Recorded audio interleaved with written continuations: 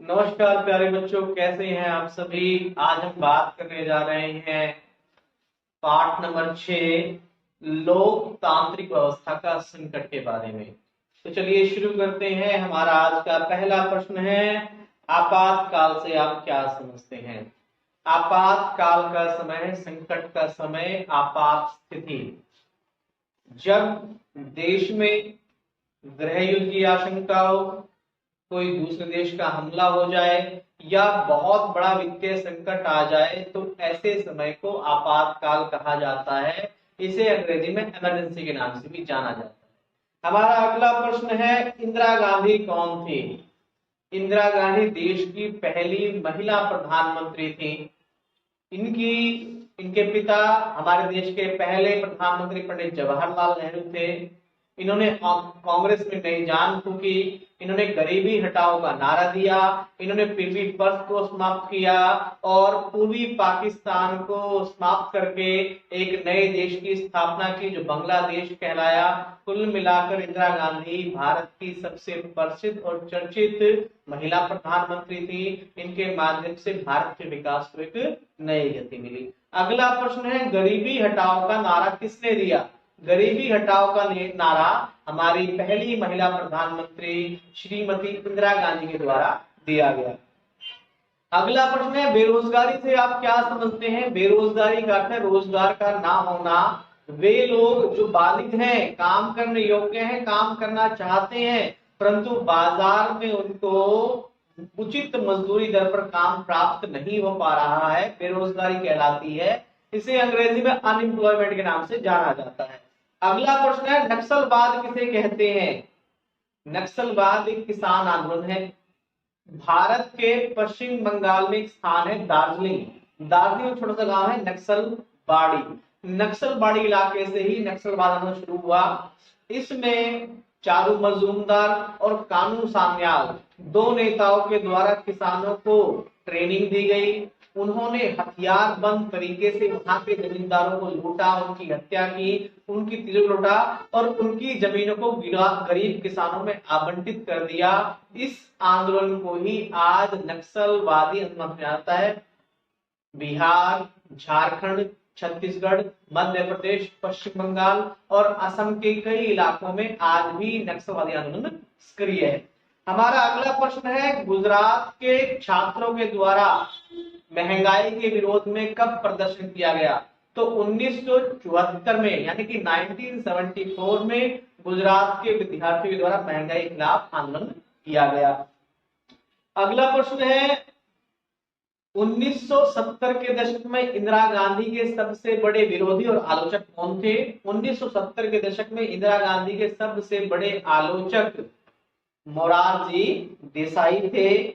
अगला प्रश्न है, जेपी के नाम से किसे जाना जाता है। जेपी के नाम से जयप्रकाश लोक नायक को जाना जाता है। इनका पूरा नाम है जयप्रकाश नारायण और इनको लोक नायक के नाम से उपाधि दी गई थी। हमारा अगला प्रश्न है, Indira is India, India is Indira नारा किसने दिया। यह नारा दिया डी के बरुआ ने। अगला प्रश्न है, चारू मजूमदार कौन थे। चारू मजूमदार 1970 के दशक में बहुत बड़े नक्सलवादी नेता थे। इन्होंने पश्चिम बंगाल के दार्जिलिंग इलाके में किसानों को शिक्षित किया, उनको हिंसक आंदोलन के लिए उकसाया और किसानों को एकजुट करके वहां पर माओवाद आंदोलन की शुरुआत की और वहां के जमींदारों पर हमला करके उनकी जमीनों को गरीब किसानों में बांट दिया। और चारू मजूमदार अपने समय के बहुत ही प्रसिद्ध क्रांतिकारी और नक्सलवादी नेता कहलाए। हमारा अगला प्रश्न है, भारत में आपातकाल कौन लगाने का अधिकार रखता है। भारत में आपातकाल लगाने का अधिकार देश का राष्ट्रपति रखता है। देश का राष्ट्रपति प्रधानमंत्री की सलाह से देश में आपातकाल लगा सकता है। भारत में जब आपातकाल लगाया गया उस समय देश का राष्ट्रपति कौन था।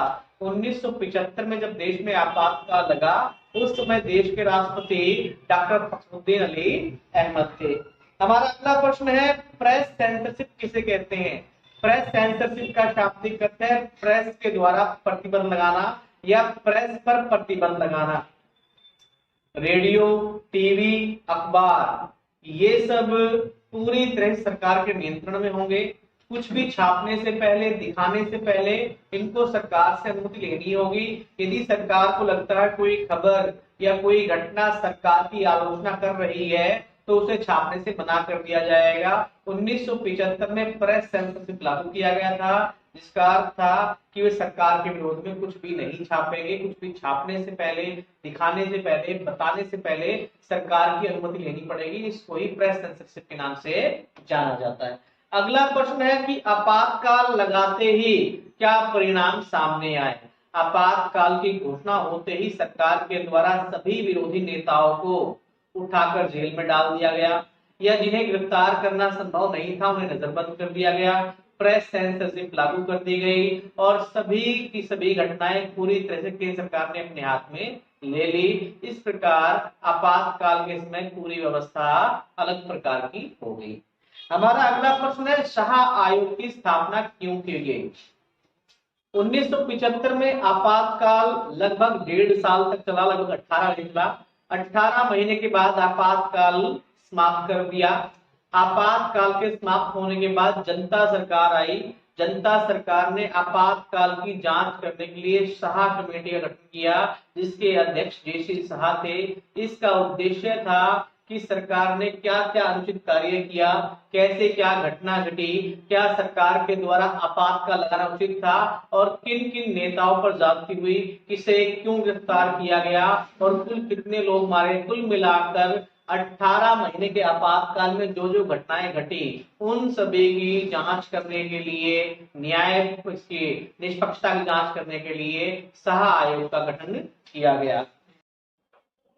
हमारा अगला प्रश्न है किस पार्टी ने आपातकाल के समय कांग्रेस पार्टी को समर्थन दिया।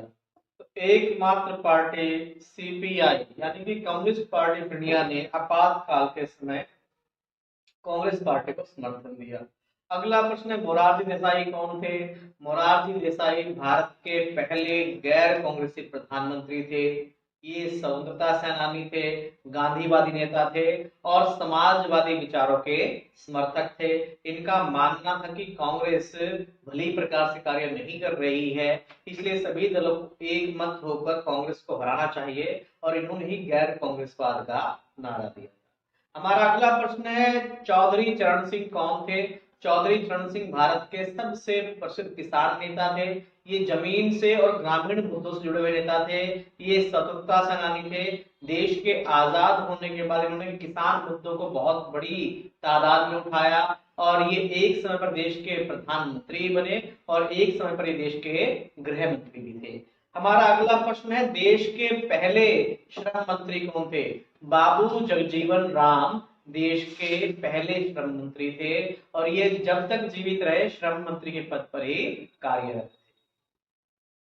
हमारा अगला प्रश्न है आपातकाल के चुनावों में या चुनाव के बाद कितने समय तक जनता पार्टी की सरकार चली। आपातकाल के बाद जब चुनाव कराए गए जनता पार्टी की सरकार मात्र 18 महीने तक ही चल सकी। उसके बाद जनता पार्टी फूट पड़ गई और जनता पार्टी गिर गई। अगला प्रश्न है गैर कांग्रेसवाद से आप क्या समझते हैं। इंदिरा गांधी को हराने के लिए वे सभी दल जो इकट्ठे होकर इंदिरा गांधी के खिलाफ चुनाव लड़ रहे थे उन्होंने गैर कांग्रेसवाद का नारा दिया। इसको ही गैर कांग्रेसवाद के नाम से जाना जाता है। इन्होंने नारा दिया इंदिरा हटाओ। अगला प्रश्न है अन्य पिछड़ा वर्ग या ओबीसी से आप क्या समझते हैं। भारत में मानवीय समूह कई भागों में विभाजित हैं। इनमें उच्च वर्ग, निम्न वर्ग और अन्य वर्ग शामिल हैं। वे सभी वर्ग जो विशेष पेशे से जुड़े हुए थे, जो ना तो उच्च जाति में आते थे और ना ही निम्न जाति में आते थे, इनकी आर्थिक स्थिति बहुत ही कमजोर थी, तो इनको ही अन्य पिछड़ा वर्ग या अदर बैकवर्ड क्लासेस के नाम से जाना जाता है। इनके विकास के लिए मंडल आयोग की स्थापना की गई, जिसके अध्यक्ष बीपी मंडल थे, यानी कि बिंदेश्वरी प्रसाद मंडल।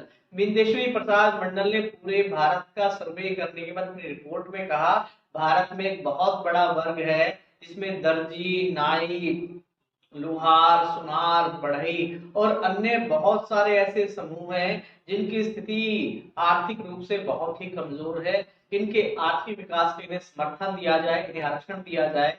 इनके लिए आरक्षण की मांग की गई 27% आरक्षण की, और 1990 में संयुक्त मोर्चा की जनता सरकार ने इनको आरक्षण प्रदान किया। इसको ही हम अदर बैकवर्ड क्लासेस मंडल आयोग के नाम से जाना जाता है। हमारा अगला प्रश्न है, संपूर्ण क्रांति का आह्वान किसने किया? संपूर्ण क्रांति का नारा जयप्रकाश नारायण ने दिया, जिन्हें हम जेपी के नाम से जानते हैं। हमारा अगला प्रश्न है, जन आंदोलनों से आप क्या समझते हैं? वे सभी आंदोलन जिनका उद्देश्य जनता के हितों को स्थापित करना होता है, सरकार की मांगों को, सरकार के सामने विशेष मुद्दों को, सरकार के गलत मुद्दों को विरोध करने के लिए किए गए सभी आंदोलन जिनका उद्देश्य जनता के कल्याण को स्थापित करना होता है, जन आंदोलन कहलाता है। जैसे पर्यावरणीय आंदोलन, किसान आंदोलन, मजदूर आंदोलन, ये सभी आंदोलन जन आंदोलन के ही रूप हैं। हमारा अगला प्रश्न है, 1970 के दशक में रेल हड़ताल का नेतृत्व किसने किया? 1970 के दशक में रेल हड़ताल का नेतृत्व जॉर्ज फर्नांडिस ने किया। तो प्यारे बच्चों, आज के लिए इतना ही। आज के प्रश्न बहुत ही छोटे और संक्षिप्त थे और ये आपके लिए बहुत ही लाभदायक होंगे। आज के लिए इतना ही, धन्यवाद।